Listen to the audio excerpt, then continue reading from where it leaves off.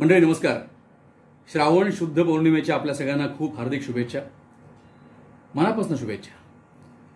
कारण कसं आहे की आपण इतक्या सुंदर धर्मामध्ये आपला जन्म झाला आहे, हिंदू धर्मामध्ये. या हिंदू धर्मामध्ये माणसाची जी जी काही नाती असतात ते प्रत्येक नातं आपण सेलिब्रेट केलेलं आहे सणांच्या माध्यमात. आजचा दिवस हा बहीण भावाच्या नात्याचा, आणि बहीण भावाचं नातं म्हटलं की त्याला एवढे पदर असतात.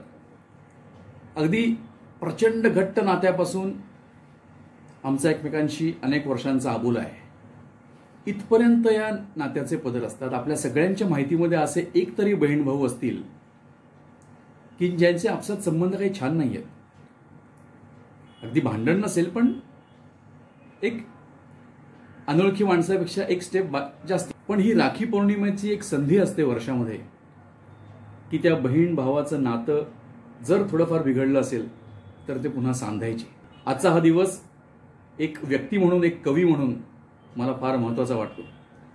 एक काळ होता जेव्हा मराठी ग्रीटिंग्ज आपण एकमेकाला पाठवायचो, आणि ती मराठी ग्रीटिंग्ज लिहिण्याच्या काळामध्ये मी अनेक मराठी ग्रीटिंगसाठी कॉपी लिहिलेली आहे, म्हणजे कॉपी रायटिंग केलेलं आहे. तर पर्टिक्युलरली आत्ता आज मी जी कविता आपल्यासमोर सादर करणार आहे, राखी पौर्णिमेची कविता आहे, बहीण भावासाठी असलेली कविता आहे. ही कविता तुम्ही एखाद्या ग्रीटिंगच्या स्वरूपामध्ये वाचली की नाही, तुमच्यापर्यंत कधी पोचली की नाही माहिती नाही, पण खैर एका खूप चांगल्या हेल्दी नातं असलेल्या, एकमेकांशी खूप हेल्दी नातं असलेल्या अशा बहीण भावांमधली ही कविता आहे, आपल्यासमोर सादर करतो. आपल्याला आवडेल. आणि किंबहुना हे माझं आत्ताचं यूट्यूब जे ऐकतायत त्यांना त्यांच्या बहीण भावाच्या नात्यासंबंधी जर काही सुंदर अनुभव शेअर करायचा असेल तर नक्की या माझ्या आत्ताच्या पोस्टच्या खाली कॉमेंट करा, शेअर करा. मी असं लिहिलं होतं की बालपणी अंगणात होती तुझीच सोबत, बालपणी अंगणात होती तुझीच सोबत, निरागस भांडणात होती तुझीच मदत, निरागस भांडणात होती तुझीच मदत, घेता हक्काचा आधार ठेवू स्निग्धता ही दाट, घेता हक्काचा आधार ठेवू स्निग्धता ही दाट, एकमेकांच्या साथीनं चालू आयुष्याची वाट, चालू आयुष्याची वाट.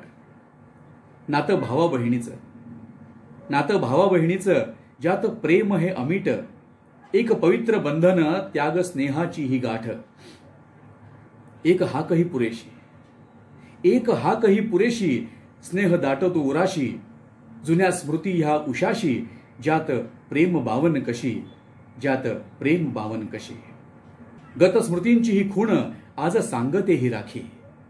जेव्हा आपण राखी बांधतो की नाही, किंवा बांधून घेतो बहिणीकडून, त्यावेळेला ती राखी काहीतरी बोलते आहे आपल्याशी, असा फक्त विचार मनात आणा की ती काय काय सांगेल बघा. गत स्मृतींची ही खूण आज सांगते ही राखी, भविष्याचं आश्वासन आज मागते ही राखी, भविष्याचं आश्वासन आज मागते ही राखी. मगाशी मी बहीण भावाच्या अशा एका नात्याचा उल्लेख केला जिथे बहीण आणि भाऊ एकमेकांशी काही कारण परत्वे बोलत नाही आहेत. आणि बोलत नाही म्हटलं की लग्न झाल्यानंतर एकमेकांच्या घरी जाणं मुश्किल, एखाद्या कॉमन नातेवाईकाच्या फंक्शनमध्ये भेटल्यानंतर काय म्हणतोस, कसा आहेस, हे अगदी औपचारिक प्रश्नोत्तर एकमेकांच्या मध्ये होत आहेत. प्रत्यक्षामध्ये बहीण भावासारखे काहीही संबंध नाही आहेत, नातं नाही आहे. असे अनेक बहीण भाऊ आज समाजामध्ये आहेत. हो आहेत. त्यांच्यासाठी ही कविता आहे. म्हणजे माझा असा दावा नाही की ही कविता वाचल्यानंतर ताबडतोब ती बहीण भावाकडे धावत सुटेल, पण कुठेतरी मनामध्ये तो एक ओलावा असा बंदिस्त स्वरूपामध्ये असतो, आणि त्याला एक कापराला जशी एक काडी लावतो ना, तशी एक काडी लागायची गरज असते की पुन्हा तो ओलावा जसाच्या तसा व्यक्त व्हायची खूप दाट शक्यता असते. या राखीच्या कवितेला मी नाव दिलंय दुराव्यातली राखी. बरं का, दुराव्यातली राखी. बालपणीचा तो काळ होती स्निग्धता नात्यात, होती इकडे, बालपणीचा तो काळ होती स्निग्धता नात्यात, बालपणीची गुपिते होती तुझ्यात माझ्यात, काळ झरझर गेला येता आपण वयात, काळ झरझर गेला येता आपण वयात, एक क्षण एक शब्द आणि जखम मनात. आता कसं आहे, मी ज्या दुराव्याचा उल्लेख करतोय त्या प्रत्येक दुराव्यामागे एक छोटीशी का होईना पण स्टोरी असते, कथा असते.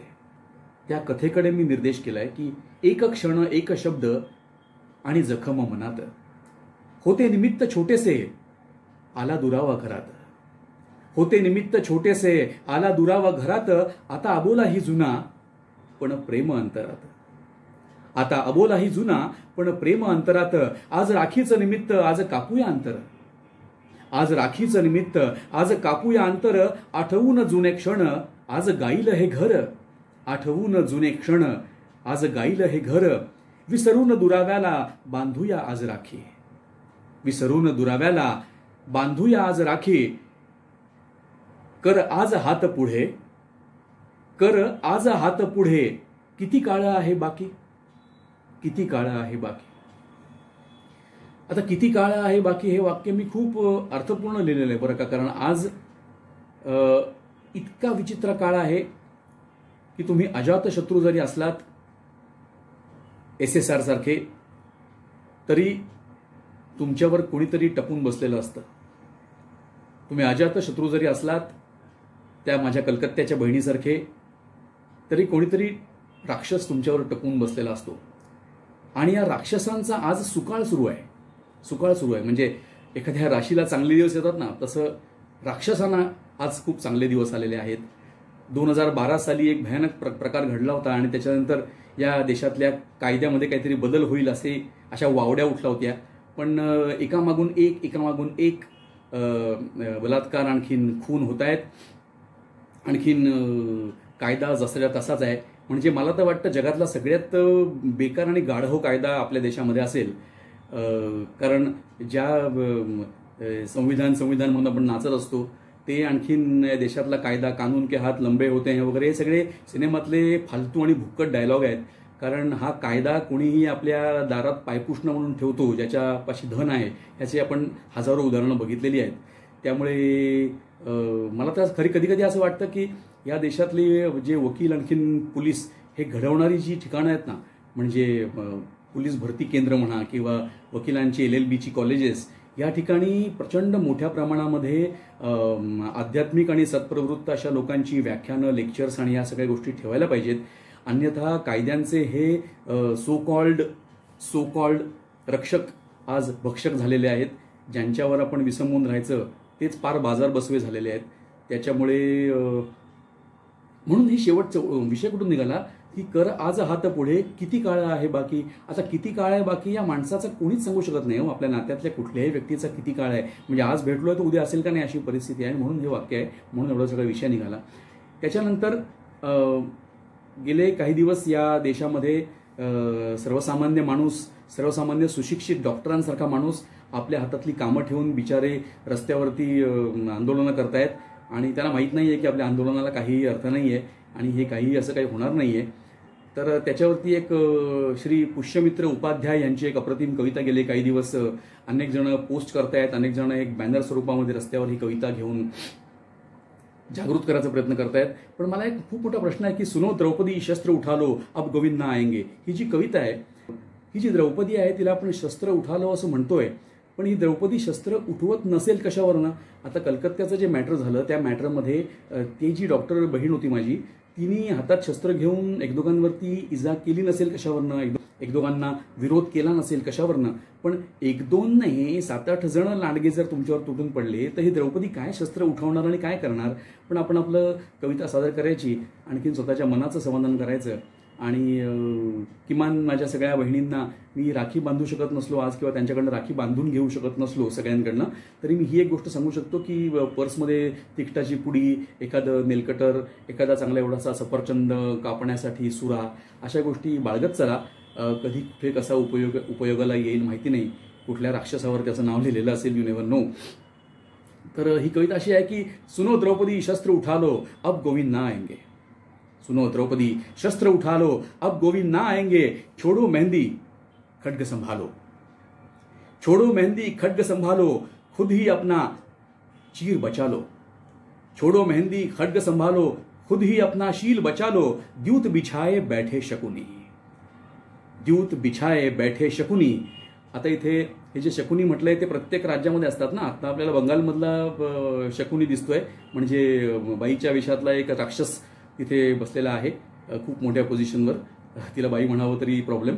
द्यूत बिछाए बैठे शकुनी मस्तक सब बिक जाएंगे, सुनो द्रौपदी शस्त्र उठा लो अब गोविंद ना आएंगे. कब तक आस लगाओगी तुम, कब तक आस लगाओगी तुम.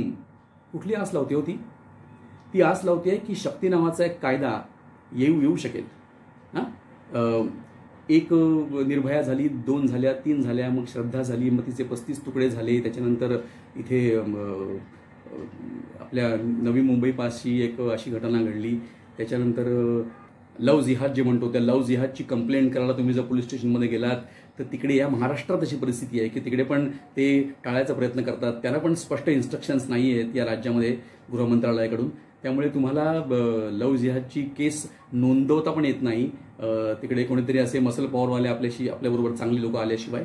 तर अशी तिने आस लावलेली आहे की शक्ती कायदा नावाचा एक कायदा केव्हा तरी या देशामध्ये येईल आणि सगळ्यांचे सगळे स्वार्थ आणि सगळे पोटं भरली की हा शक्ती कायदा येईल, आणखीन काहीतरी होईल. पण या देशातल्या फालतू कायद्यावर माझा एवढा पण विश्वास नाही आहे.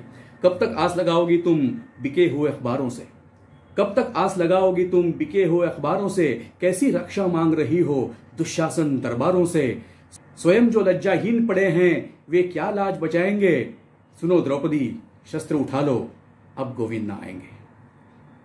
कल तक केवल अंधा राजा, कल तक केवल अंधा राजा अब गूंगा बहरा भी है. हे मला वाटतं राजाला म्हटलंय म्हणजे आपल्या देशातल्या 1/3 क्रमांकाच्या कायद्याला म्हटलेलं आहे.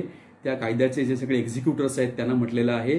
मध्यरात्री कुठल्या तरी फालतू केससाठी कोर्ट उघडणारे आणि बाकीच्या केसेसला डेटवरून डेट देणारे, आणखीन SSR सारख्या एका देव माणसाला 4-4 वर्ष त्याचा न्याय न मिळणारे, असे सगळे जे हात आहेत आपल्या महाराष्ट्र राज्यात आहेत. सगळ्यांची नावं मी घेऊ शकत नाही इकडे, पण हे जे सगळे आहेत आता ज्यांची तोंड बंद आहेत ना, या कलकत्त्याच्या माझ्या बहिणीच्या खून आणखीन बलात्कारावरती या राज्यातले 3-4 मोठे नेते, तोंड उघडत नाहीत, त्यांचं थोबाडं उघडत नाहीयेत, तर ते सगळे गुंगे बहरे आहेत. कल तक केवल अंधा राजा अब गूंगा बहरा भी है, होंठ सिल दिए हैं जनता के कानों पर पहरा भी है, तुम ही कहो ये अश्रु तुम्हारे, तुम ही कहो ये अश्रु तुम्हारे किसको क्या समझाएंगे, तुम ही कहो ये अश्रु तुम्हारे किसको क्या समझाएंगे, सुनो द्रौपदी शस्त्र उठा लो अब गोविंद ना आएंगे, सुनो द्रौपदी शस्त्र उठा लो अब गोविंद ना आएंगे. नमस्कार.